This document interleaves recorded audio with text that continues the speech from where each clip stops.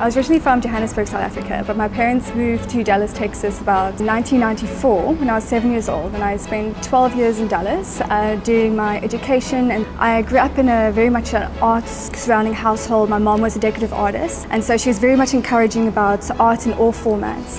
When I went into university, I studied fine arts, and then we started the textures, everything with the masters, but then I realized that painting is a little bit more traditional, old-fashioned, which isn't bad. So when people want a portrait done, they go for photography.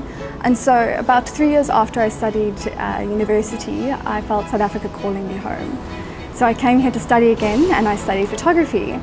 And I figured with photography, you have to paint the subject with lights. You can't just look at the technical side of like, okay, you stand here, my camera's on these settings and go. You have to create the feeling, you have to connect with your subject. And so I kind of saw it as painting a portrait with an imaginary paintbrush, being the lighting systems, the sun, reflectors, what have you. And so photography quickly became a quick passion. Once I finished my studies, I focused more on styled portraits, a little bit of models here and there, some product shots. I thought I was going to go more the commercial side. I was gung-ho about it.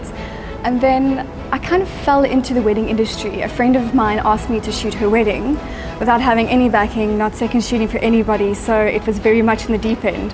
And then after that, it completely stole my heart, because I'm a little bit of a hopeless romantic myself.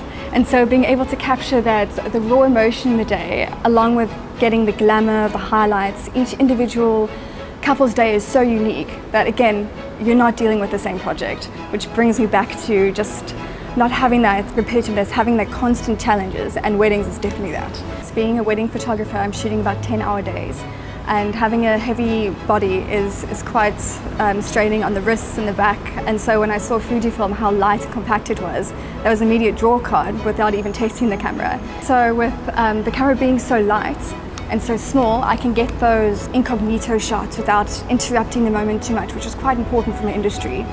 When I started testing with it, one of the things I noticed first was its low light capabilities. I was blown away. And I was comparing it to what other cameras could have done, and it was just hands down winner.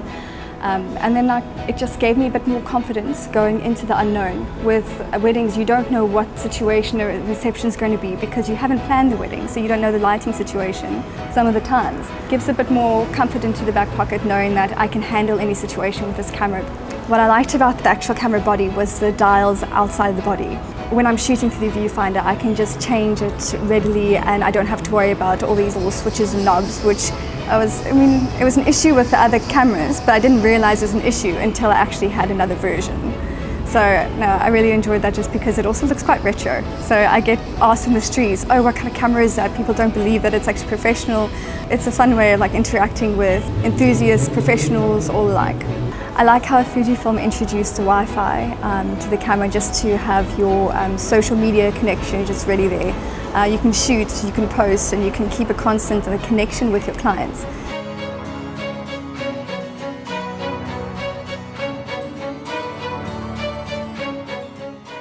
I'm Rachel Andrews. I'm a traveling wedding and lifestyle photographer.